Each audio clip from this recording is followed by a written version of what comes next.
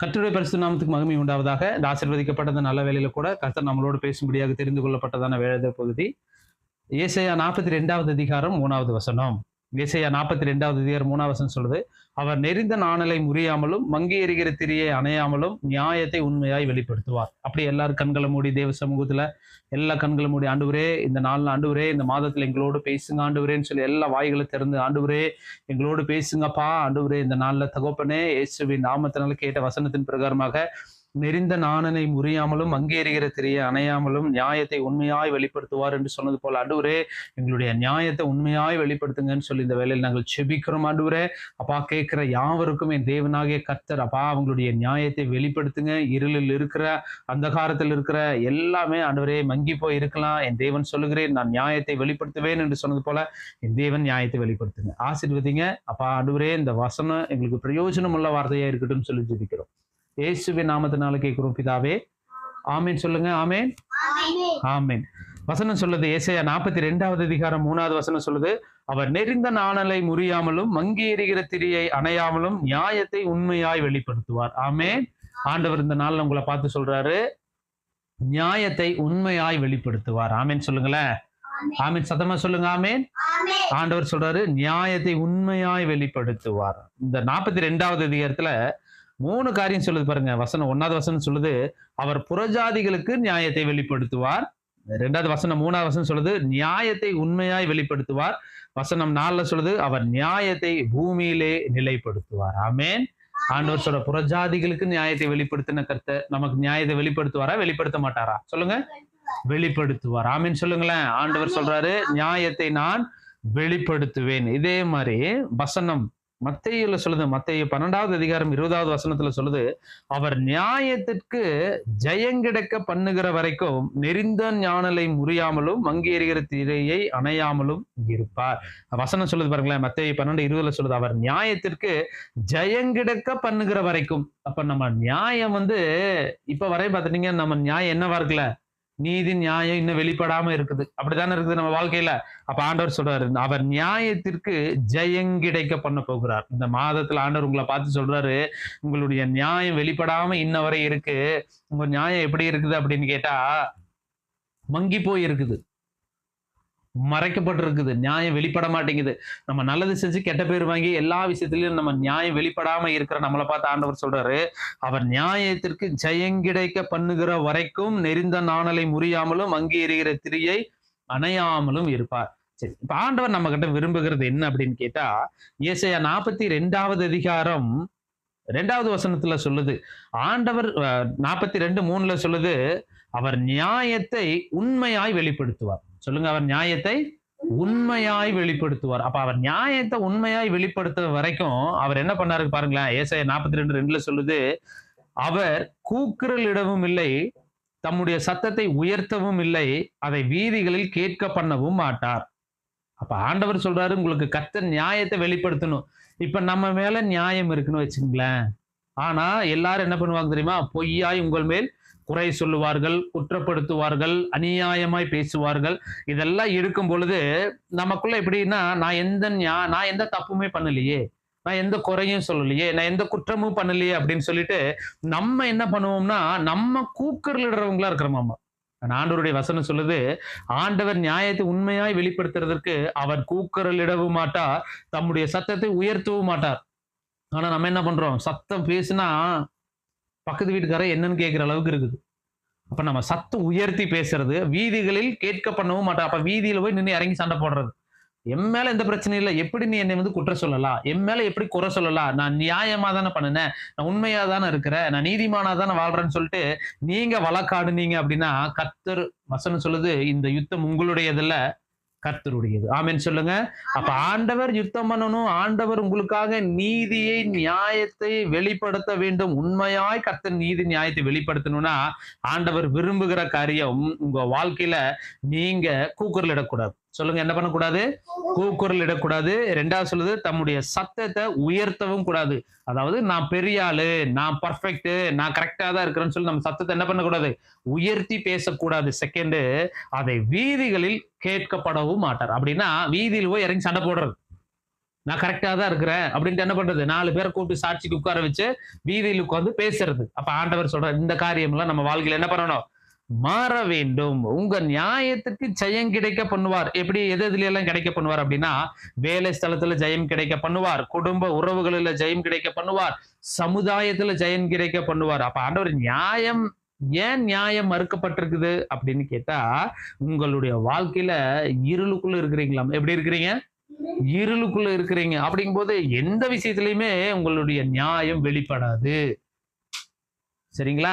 அதுக்கு தான் அந்த வசனம் சொல்றாரு. அப்ப ஆண்டவர் சொல்லுகிறார் பாருங்க, சங்கீதம் 37வது அதிகாரம் 6வது வசனத்துல சொல்லுது, உன் நீதியை வெளிச்சத்தை போலவும் உன் நியாயத்தை பட்ட பகலை போலவும் விளங்க பண்ணுவார். சொல்லுங்க, உங்கள் நீதியை வெளிச்சத்தை போலவும் உங்கள் நியாயத்தை பட்ட பகலை போலவும் விளங்க பண்ணுவார். அப்ப நம்ம நியாயம் நீதி என்னது, வெளிச்சத்துக்கு கொண்டு வருவார். ஏன் வெளிச்சம் இல்லாம இருக்குது நம்ம வாழ்க்கையில, ஏன் நியாயம் இன்னும் வெளிப்படல அப்படின்னா, ஒரு இருள போல ஒரு அந்தகாரத்துக்குள்ள சிக்கிட்டு இருக்குது.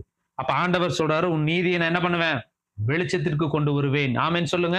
அப்ப நம்ம நீதி என்ன பண்ணணும், வெளிச்சத்துக்கு கொண்டு வரணும். நம்ம மேல தப்பு இல்ல, நம்ம இடத்துல குறை இல்லைங்கிறது என்ன பண்ணணும், ஆண்டவர் வெளிச்சத்துக்கு கொண்டு வரணும். அப்ப நீதியை வெளிச்சத்துக்கு கொண்டு வருவேன், உன் நியாயத்தை பட்ட பகலை போல விளங்க பண்ணுவேன். அப்ப ஆண்டவர் நமக்காக அவரு இறங்கி பிரயாசப்படுறதுக்கு ரெடியா இருக்கிறாரு. ஆனா நம்ம என்ன பண்ணணும் அப்படின்னா, நம்ம சத்தம் போட்டு நம்ம நியாயத்தை உறுதிப்படுத்துறதுன்னு நினைக்க கூடாது.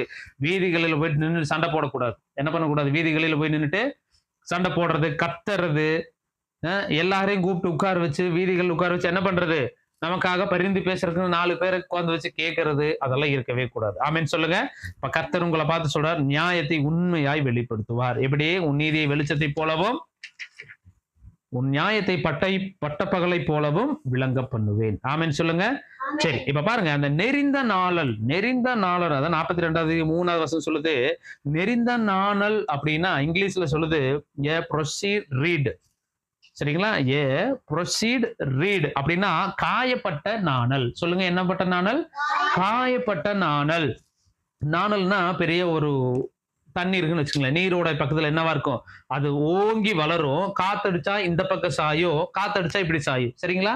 அப்ப அந்த நாணல்ங்கிறது ஏ ப்ரொசீட் ரீட் அப்படின்னு கேட்டா, காயப்பட்ட, இங்கிலீஷ்ல ப்ரொசீட் ரீட் அப்படின்னு கேட்டா காயப்பட்ட நாணல். சொல்லுங்க, என்னப்பட்ட நாணல், காயப்படுத்தப்பட்ட. சரிங்களா? அப்ப அந்த நாணல் காயப்படுத்தப்பட்ட நாணல் வசனம் இருக்குது. சரிங்களா? இப்ப நம்மளும் அதாவது அந்த நாணல் பலவீனமாயி முறிந்து போகும் என்றால் பிரயோஜனம் இல்லை. ஆமாவா இல்லைங்களா? அந்த நாணல் நல்லா வளருது, காத்தடிச்சு உடைஞ்சு போய் அது முறிந்து போச்சு அப்படின்னா அது யாருக்குமே யூஸே இல்லை. அப்போ அந்த ஆண்டவர் சொல்லுகிறார், காயப்பட்ட நாணலை கர்த்தர் சொல்றாரு, நியாயத்தை உண்மையாய் வெளிப்படுத்துக. அப்ப அந்த காயப்பட்ட நாணலுக்கே ஆண்டவர் நீதி உண்மையை என்ன பண்றாரு, வெளிப்படுத்த போகிறார். இதே போல மங்கி எறிகிற திரி அப்படின்னா ஸ்மோக்கிங் பிளாக்ஸ். சொல்லுங்க, ஸ்மோக்கிங் பிளாக்ஸ் அப்படின்னு கேட்டா, ஒரு கேண்டில் நல்லா எரிஞ்சிட்டு இருக்குன்னு வச்சுக்கோங்களேன். அந்த கேண்டில் எரிஞ்சு அணையிற போது அந்த கேண்டில் திரியிலிருந்து புகை வந்துட்டே இருக்கும், தெரியுங்களா? ஆமாவா இல்லையா? அந்த கேண்டில் திரியில புகை வந்துட்டே இருக்கும். அப்போ அது என்ன சொல்லுதுன்னா, கேண்டில் அணைகிற போது புகை வரும், அணைந்து போகும் என்று அர்த்தம், அதனுடைய ஆயுசு முடிஞ்சு போச்சு. என்னது, அதனுடைய ஆயுசு முடிஞ்சு போச்சு. ஏன்னா அது நல்லா எரிஞ்சிச்சு, எரிஞ்ச உடனே அது கரெக்டா உருகி எல்லாம் போய் அந்த திரி மட்டும் என்ன பண்ணுது, புகஞ்சிட்டு இருக்குது. அதுக்கப்புறம் அது எரியறதுக்கு சூழ்நிலைமை இல்லை, அதனுடைய ஆயுசு முடிஞ்சு போச்சு. அதே மாதிரிதான் எது வரைக்கும் நம்மளுடைய நியாயம் வெளிப்படாமல் அநியாயமா தலை தூக்கிட்டு இருக்கு இல்லைங்களா? ஆமா தானே, நம்ம நியாயம் வெளிப்படலை இன்னும். சரிங்களா? நான் அநியாயமா தலை தூக்கிட்டு இருக்குது. ஏன் அப்படின்னா ஆண்டவர் சொல்றாரு, அந்த காயப்பட்ட நாணலை போல அணைந்து போகிற அந்த கேண்டீனுடைய அணைந்து போகிற வாழ்க்கை போல நம்ம வாழ்க்கை இருந்தாலும் கர்த்தர் நம்மளை பார்த்து சொல்றாரு, கர்த்தர் உங்களுக்காக நியாயத்தை உண்மையாய் வெளிப்படுத்துவார். ஆமீன் சொல்லுங்களேன். ஆமீன். கர்த்தர் உங்களுக்காக நியாயத்தை என்ன பண்ணுவாரு, உண்மையாய் வெளிப்படுத்துவார். அந்த இருள், அந்த அந்தகாரம் நம்முடைய நீதியை மறைத்து கொண்டிருக்குது. என்னவா இருக்குது, இருளும் அந்தகாரம் என்னவா இருக்குது, நம்மளுடைய நீதியை மறைத்து கொண்டிருக்குது. எங்க குடும்பத்துல நீதி வெளிப்படல, வேலை ஸ்தலத்துல நீதி வெளிப்படல, கணவன் மனைவி உறவுக்குள்ள நீதி வெளிப்படல, நம்ம போகிற சபைக்குள்ள கூட என்ன பண்ணல, நீதி வெளிப்படாம இருளும் அந்தகாரமா இருக்கிற நம்மளுடைய வாழ்க்கையில கர்த்தர் சொல்றார், தம்முடைய ஜீவன் போகும் தருணம் வரையிலும் அது மூடிட்டு இருக்குதாமா. எப்படி, நம்ம ஜீவன் போகிற வரை நம்ம நீதி நியாயம் வெளிப்படாம இன்னும் இருக்குது. குடும்ப உறவுலயே பெற்றோர்கள் மத்தியில என்ன வரல, நம்ம நியாயம் நீதி வெளிப்படாம இருக்குது. ஆண்டவர் இன்னைக்கு உங்களை பார்த்து சொல்றாரு, நியாயத்தை வெளிப்படுத்துவேன். நான் நீதி நியாயத்தை என்ன பண்ணுவேன், உண்மையாய் உங்க பேர்ல குறை இல்லைங்கிறது உண்மையாய் கர்த்தர் என்ன பண்ணுவாரு, நீதி நியாயத்தை வெளிப்படுத்துகிறவராய் இருக்கிறார். ஆமென் சொல்லுங்க. அப்ப நெறிந்த நாணல் அப்படின்னா ஒண்ணு காயப்பட்ட நாணல்னு எடுத்துக்கலாம், அல்லது உடைக்கப்பட்ட அனுபவம். சொல்லுங்க, என்ன அனுபவம், உடைக்கப்பட்ட அனுபவம். அப்ப நம்ம வாழ்க்கையில அந்த நாணலை போல உடைக்கப்பட்ட அனுபவமா இருக்குது. ஏன்னா அநேகர் உடைக்கப்பட்ட அனுபவத்துலதான் கர்த்தர் பயன்படுத்துவார். ஆமென் சொல்லுங்க. உடைக்கப்பட்ட அனுபவத்துலதான் ஆண்டவர் எல்லாரையும் பயன்படுத்துகிறார். ஏன் அப்படின்னா வசனம் சொல்லுது, கோதுமை மணியானது நிலத்தில் விழுந்து சாகாவிடில் மிகுந்த பலனை தராது. அப்ப கோதுமை மணியில கதிர் இருக்குது, அதை எடுத்து என்ன பண்ணுவாங்க, ரோட் கீழே வச்சு என்ன பண்ணுவாங்க, அடிப்பாங்க. அடிச்சு அந்த மணி அதுல இருந்து வெளியே வந்தா மட்டும்தான் மிகுந்த பலனை கொடுக்குமாமா. அப்ப கோதுமை மணியானது நிலத்தில் விழுந்து செத்தாலே ஒழிய மிகுந்த பலனை கொடுக்கும். அப்ப அதே போல ஆண்டவர் சொல்றாரு, உடைக்கப்பட்ட பாத்திரம். சொல்லுங்க, உடைக்கப்பட்ட பாத்திரம். அப்ப நெறிந்த நாணல் அப்படின்னா உடைக்கப்பட்ட அனுபவம். அப்ப உடைக்கப்பட்ட அனுபவம் உள்ள ஒரு மனுஷனை கர்த்தர் பயன்படுத்துகிறார். அந்த மனுஷன் யார் அப்படின்னா உடைக்கப்பட்ட பாத்திரம். அந்த மனுஷன் யார் அப்படின்னா தாவீது. சொல்லுங்க, தாவீது. தாவீது அபிஷேகம் பண்ணப்படுகிற வரைக்கும் கரடி சிங்கத்துக்கு பயப்படாத ஒரு மனுஷன் யாருன்னா தாவீது. வசனம் சொல்லுது, என்ன ஒரு வசனம் சொல்லுது பாருங்களேன், என்ன அப்படின்னா சவுல் கொன்றது 1000, தாவீது கொன்றது 10000. இப்படின்னு அங்க இருக்கிற மக்கள் எல்லாம் பேசும் பொழுது, அப்ப பாருங்க, அங்க பேசப்பட்ட ஜனங்கள் பெண்கள் பேசின உடனே சவுலுக்கு தாவீதின் மேல என்ன வந்துருச்சு, பொறாம வந்துருச்சு. அதாவது அந்த நாட்டுக்காக தேசத்துக்காக அபிஷேகம் பண்ணப்படுறதுக்கு முன்னாடி வரையும் கரடி சிங்கத்தை என்ன பண்ணா, எதுக்கும் பயப்படாம இருந்தா. அபிஷேகம் பண்ணப்பட்ட போது தேசத்தின் ராஜாவை எதிர்த்து நிற்கிறார். சொல்லுங்க, உங்களுடைய வளர்ச்சி, நீங்க ஆண்டவருக்குள்ளேயா இருக்கட்டும், வேலை ஸ்தலமா இருக்கட்டும், உங்களுடைய வளர்ச்சி அடுத்த லெவலுக்கு போகும் பொழுது கூட இருக்கிறவங்க எல்லாருக்குமே உங்க மேல பொறாம வரும்.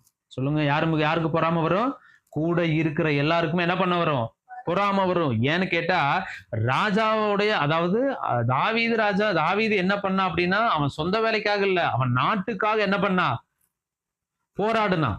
சரிங்களா, அவன் நாட்டுக்காக தான் என்ன பண்ணா, அவன் அந்த தேசத்துக்காக நன்மை தான் செஞ்சான், தீமை செய்யல. ஆனா அங்க இருக்கிற ஜனங்கள் சொன்னாங்க, சவுல் கொன்றது 1000, தாவீது கொன்றது 10000. இப்படி சொல்லும் பொழுது சவுலுக்கு தாவீதின் மேல பொறாமை கொண்டார். அப்ப நம்ம வாழ்க்கையில ஆண்டவர் சொல்றாரு, நம்ம வாழ்க்கையிலையும் அடுத்த லெவலுக்கு நீங்க எழும்பும் பொழுது பொறாம வரும். அப்ப உடைக்கப்படுவோம். எப்படி உடைக்கப்படுவோம் தெரியுமா, குறை சொல்லுவாங்க, குற்றப்படுத்துவாங்க, நமக்கு நியாயம் வெளிப்படாது, இதெல்லாமே வரும். ஆனா ஆண்டவர் சொல்லுகிறார், நான் நியாயத்தை உண்மையாய் வெளிப்படுத்துவேன். ஆமீன் சொல்லுங்க. அப்ப உடைக்கப்பட்ட அனுபவம் நம்ம வாழ்க்கையில் இருக்கும் பொழுது கர்த்தர் சொல்றார், நான் நியாயத்தை உண்மையாய் வெளிப்படுத்துவேன். ஏன்னா தாவீது அவன் சொந்த தொழிலுக்காக அவன் பண்ணல, தேசத்துக்காக என்ன பண்ணா, தேசத்தினுடைய மக்களுக்காக என்ன பண்ணா, நன்மைதான் செஞ்சானே ஒழிஞ்சு தீமை செய்யவே இல்லை. அங்க இருந்த ஜனங்கள், ஸ்திரீகள் எல்லாரும் என்ன பண்ணுது, சவுல் கொன்றது 1000, தாவீது கொன்றது 10000 என்று சொல்லும் பொழுது தாவீது உடைக்கப்பட்ட பாத்திரமா இருந்தான். வசனம் சொல்லுது, தாவீது உடைந்த பாத்திரம் போலானேன், எல்லோராலும் மறக்கப்பட்டு போனேன், செத்தவனை போலானேன், என் கட்டிலில் கண்ணீர் நனைக்கிறது, பெருமூச்சினால் இழைத்து போனேன், என் பற்கள் சதையோடு ஒட்டி கொண்டிருக்குது. அப்ப தாவீது சொல்றாரு, ஏன் இப்படி எல்லாம் பேசுறாரு அப்படின்னா, தாவீது எல்லாராலும் என்ன பண்ணாரு, உடைக்கப்பட்ட பாத்திரமாய் இருந்தாரு. அப்ப பாருங்க, அதே போல யோசேப்பு என்ன பண்ணாரு, அவங்க அண்ணன் தம்பியில என்ன பண்ணாங்க, குழியில தூக்கி போட்டாங்க. குழியில தூக்கி போட்டது மட்டும் இல்ல, அவன் எல்லாராலும் உடைக்கப்பட்டான். யோசேப்பு என்ன பண்ணாரு, எல்லாராலும் உடைக்கப்பட்டு போனான். வசனம் சொல்லுது, ஆதியாகமத்துல சொல்லுது, எல்லாராலும் உடைக்கப்பட்டு வெறுக்கப்பட்டு பணத்துக்காக விற்கப்பட்டவன் யாருன்னா யோசேப்பு. ஆனா ஆண்டவர் பார்த்தாரு, உடைக்கப்பட்ட பாத்திரம், அவன் சகோதரனால, குடும்பத்தினால, தகப்பனால, எல்லாராலையும் உடைக்கப்பட்ட யோசேப்பு ஒரு நாள் வந்துச்சு, கர்த்தர் யோசேப்பை உயர்த்தி வச்சார். ஆமென் சொல்லுங்களேன், ஆமென் சொல்லுங்க. அப்ப கர்த்தர் நியாயத்தை உண்மையாய் உங்க வாழ்க்கையில வெளிப்படுத்துவார். தாவீதினுடைய வாழ்க்கையில உண்மையாய் வெளிப்படுத்தினார், யோசேப்பினுடைய வாழ்க்கையில கர்த்தர் உண்மையாய் வெளிப்படுத்தினார். இதே போல கர்த்தர் உங்க வாழ்க்கையில கர்த்தர் உண்மையாய் வெளிப்படுத்துவார். பாருங்க, ஆபிரகாம் 75 வயசுல வாக்குத்தத்தம் பண்ணாரு, உனக்கு ஒரு என்ன பண்ற, உனக்கு ஒரு மகனை கொடுக்குறேன், உனக்கும் உன் மனைவிக்கும் ஒரு மகனை கொடுப்பேன்னு சொல்லி 75 வயசுல வாக்கு பண்ணாரு. 100 வயதுல குழந்தையை கொடுத்தாரு. ஆனா அப்ப அந்த 25 வருஷம் தாவீது என்ன பண்ணாரு? உடைக்கப்பட்ட சூழ்நிலைமையில் இருந்தார். சரிங்களா? அப்ப ஆண்டவர் நமக்கு அதேதான் வாக்கு பண்ணியிருக்கிறாரு. ஏன் இன்னும் வாக்குத்தத்தம் நிறைவேறல? குழந்தை தருவன்னு வாக்கு பண்ணியிருக்கிறார். திருமணம் நடக்கும்னு சொல்லி வாக்கு பண்ணியிருக்கிறார். வேலையில உயர்வு வரும்னு வாக்கு பண்ணியிருக்கிறார். உனக்கு சொந்த வீடு தருவன்னு வாக்கு பண்ணியிருக்கிறாரு. இதெல்லாம் வாக்கு பண்ணியிருக்கிறாரு. இன்னும் அந்த வாக்குத்தத்தம் நிறைவேறலையே. உடைக்கப்பட்டிருக்கிறோம். உடைக்கப்பட்டு தான் இருக்கிறோம். ஆனா ஆண்டவர் நம்மளை பார்த்து சொல்றாரு, நீ என்ன உடைக்கப்பட்டு இருந்தாலும் பரவாயில்ல, கர்த்தர் பண்ணுன வாக்குத்தத்தத்தை தீவிரமாய் நிறைவேற்றுவேன். எரேமியா 2வது அதிகாரத்துல சொல்லுது, என் வார்த்தையை தீவிரமாய் நிறைவேற்றுவேன். சொல்லுங்க, என் வார்த்தையை தீவிரமாய் நிறைவேற்றுவேன். அப்ப ஆண்டவர் சொல்ற வாக்குத்தத்தம் சீக்கிரமா தீவிரமா நிறைவேறும். அதுக்கு முன்னாடி உடைக்கப்படுவோம், எல்லாராலும் உடைக்கப்படுவோம். ஏன் அப்படின்னு கேட்டா, ஆண்டவருடைய வசனம் சொல்லுது, நியாயத்தை உண்மையாய் வெளிப்படுத்துவார். ஆமீன் சொல்லுங்க. நியாயத்தை உண்மையாய் வெளிப்படுத்துவார். அந்த நாட்டு மக்களுக்காக தாவீது போராடி வெற்றி தான் பெற்றாரு. ஆனா தாவீது அங்க இருக்கிற மக்கள் தான், தாவீது பேச கிடையாது. அங்க இருக்கிற மக்கள் சொன்னாங்க, சவுல் கொன்றது 1000, தாவீது கொன்றது 10,000 அப்படின்னு சொல்லும் பொழுது சவுலுக்கு பொறாம வந்துச்சு. ஆனா தாவீது சொல்றாரு, ரொம்ப துக்கப்பட்டார், ரொம்ப உடைக்கப்படுறாரு. தேசத்தினுடைய ராஜாவை என்ன பண்றாரு? வெறுக்கிறாரு. யார? தாவீத கொலை செய்யும்படியாக தோணுது. அப்ப ஆண்டவர் சொல்றாரு, உனக்கு என்ன மேன்மை வந்தாலும் எல்லாருக்கும் பொறாம வரும், எல்லாராலும் உடைக்கப்படுவீங்க. பெற்றோர்களால் உடைக்கப்படுவீங்க, கூட பிறந்தவங்க சகோதரனால் உடைக்கப்படுவீங்க, வேலை ஸ்தலத்தில் உடைக்கப்படுவீங்க, சபைகளில் கூட என்ன பண்ணுவீங்க? உடைக்கப்படுவீர்கள். ஆனாலும் கர்த்தர் சொல்லுகிறார், அந்த நெறிந்த நாணலை முறியாமலும் மங்கி எறிகிற திரியை அணையாமலும் கர்த்தர் என்ன பண்ணாரு? நியாயத்தை உண்மையாய் வெளிப்படுத்தினது போல அவங்களுக்கு அதுக்கே அப்படி செய்யறாருன்னா, கர்த்தர் நமக்கு நியாயத்தை உண்மையை வெளிப்படுத்த வர மாட்டாரா? ஆமீன் சொல்லுங்க. ஆமீன். அப்ப கர்த்தர் உண்மையாய் நியாயத்தை வெளிப்படுத்துவார். First point. ரெண்டாவது காரியம், லூக்கா 2வது அதிகாரம் 6வது வசனம் 7வது வசனம் சொல்லுது. லூக்கா 2 6வது வசனம் 7வது வசனம் சொல்லுது, யூதர்களை தங்களை சுத்திகரிக்கும் முறையின்படியே ஒவ்வொன்றும் 2-3 குடம் தண்ணீர் கொள்ளத்தக்க 6 கச்சாடிகளை அங்கே வைத்திருந்து இயேசு வேலைக்காரனை நோக்கி, ஜாடிகளிலே தண்ணீர் நிரப்புங்கள் என்றார்.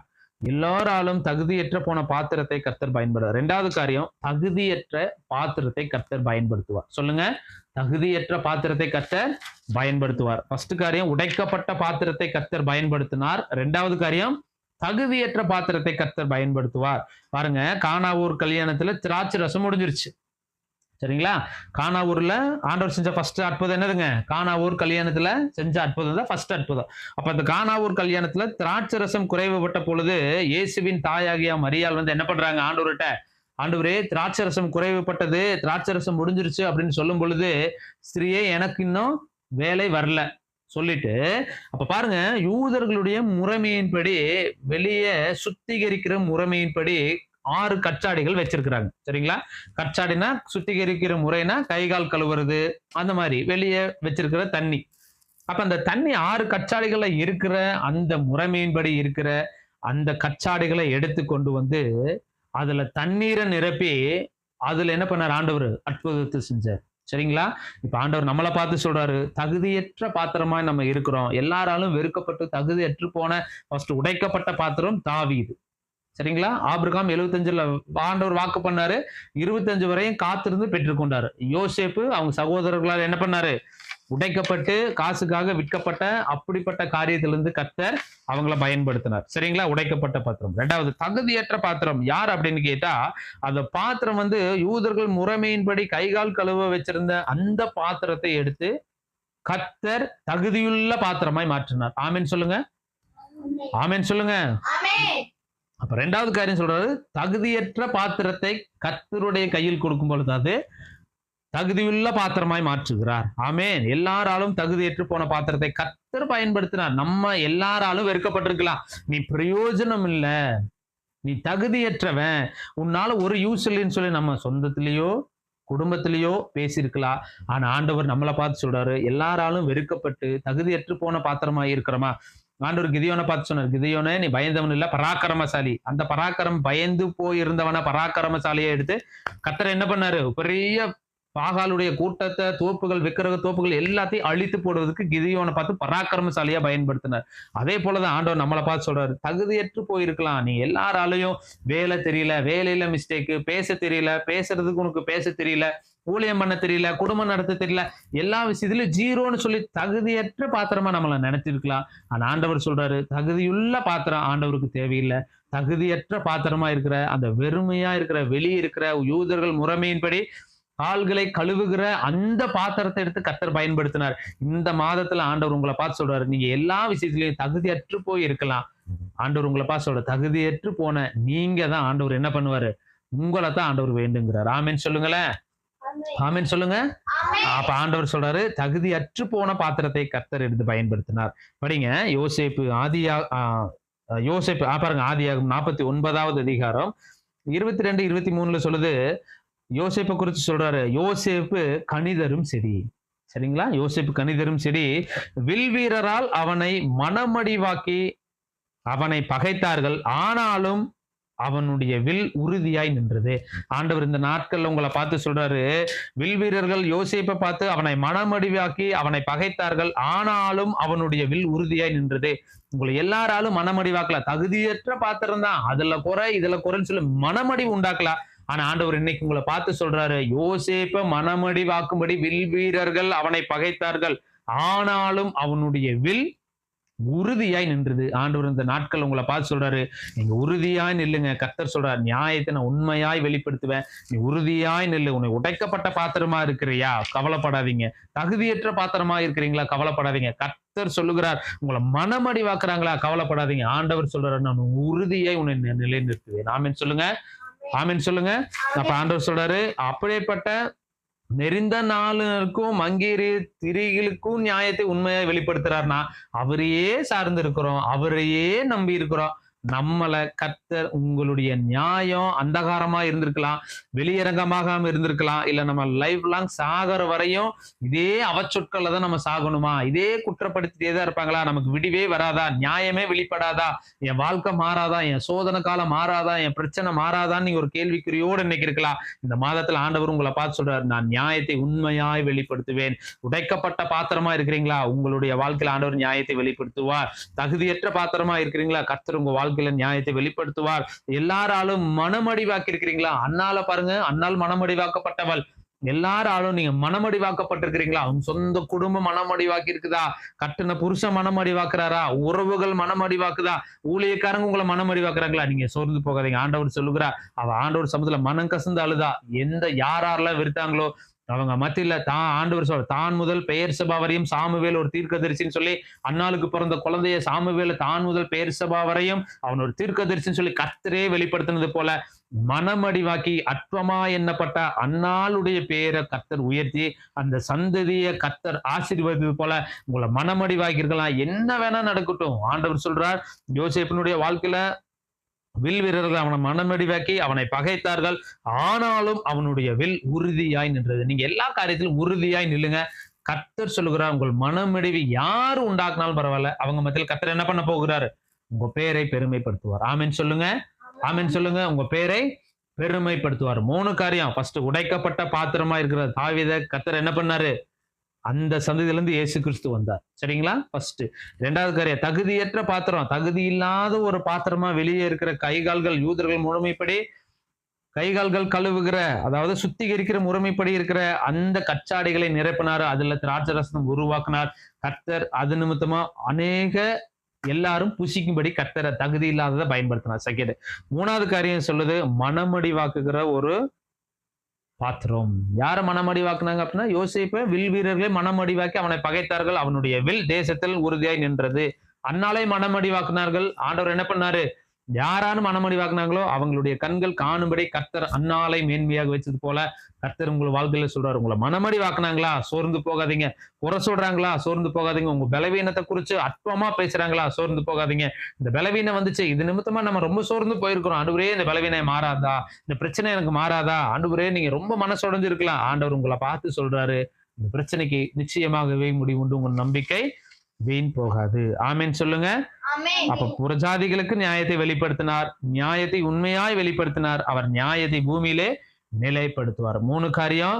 நியாயத்தை உண்மையாய் வெளிப்படுத்துவார். யாராருக்கு வெளிப்படுத்துவார், உடைக்கப்பட்ட பாத்திரமாய் இருக்கிறவங்களுக்கு நியாயத்தை உண்மையாய் வெளிப்படுத்துவார். தகுதியற்ற பாத்திரமா இருக்கிறவங்களுக்கு நியாயத்தை உண்மையாய் வெளிப்படுத்துவார். மனமடிவாக்குற உங்களுக்கு கர்த்தர் நியாயத்தை உண்மையாய் வெளிப்படுத்துவார். ஆமென் சொல்லுங்க. ஆமென்.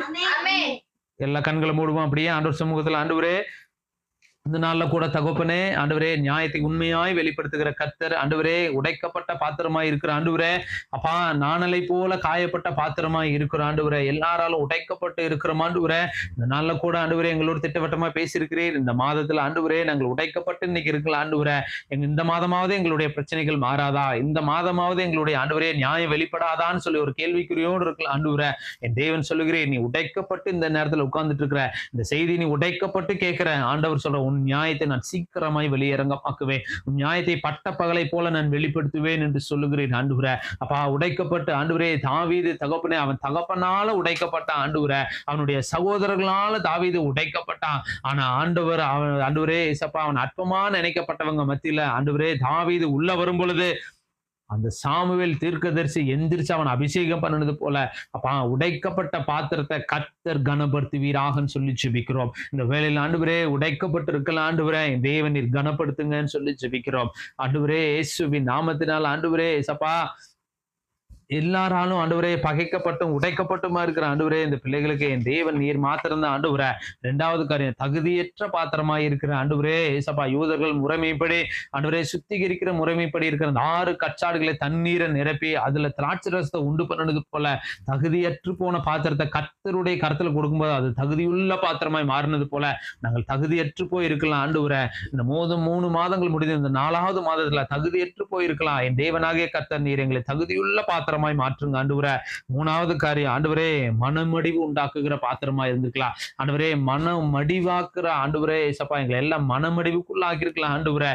யோசேப்பு ஆண்டவரே, வில் வீரர்கள் அவனை மனமடிவாக்கி அவனை பகைத்தார்கள், ஆனாலும் அவனுடைய வில் உறுதியாய் நின்றது போல யார் எங்களை மனமடி வாக்குனாலும் பரவாயில்ல அப்பா, நாங்கள் எல்லா விஷயத்திலையும் நாங்கள் உறுதியாய் நிற்க ஆண்டவரே நீர் எங்களை பலப்படுத்துவீராகன்னு சொல்லி செபிக்கிறோம். எங்களை பலப்படுத்துவீராகன்னு சொல்லி செபிக்கிறோம் ஆண்டவரே.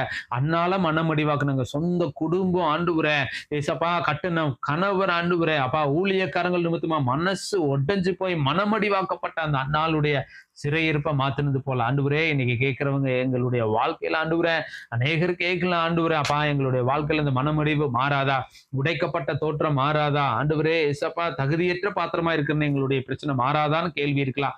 ஆண்டவர் சொல்லுகிறார், உன் நியாயத்தை உண்மையாய் உன் நியாயத்தை ஆண்டவரை வெளிப்படுத்துவார் என்று சொன்னது போல ஆண்டவரே, இந்த நாள்ல தகப்பனே நியாயத்தை உண்மையாய் வெளிப்படுத்துகிறவராய் இருக்கிறீர் ஆண்டவரே.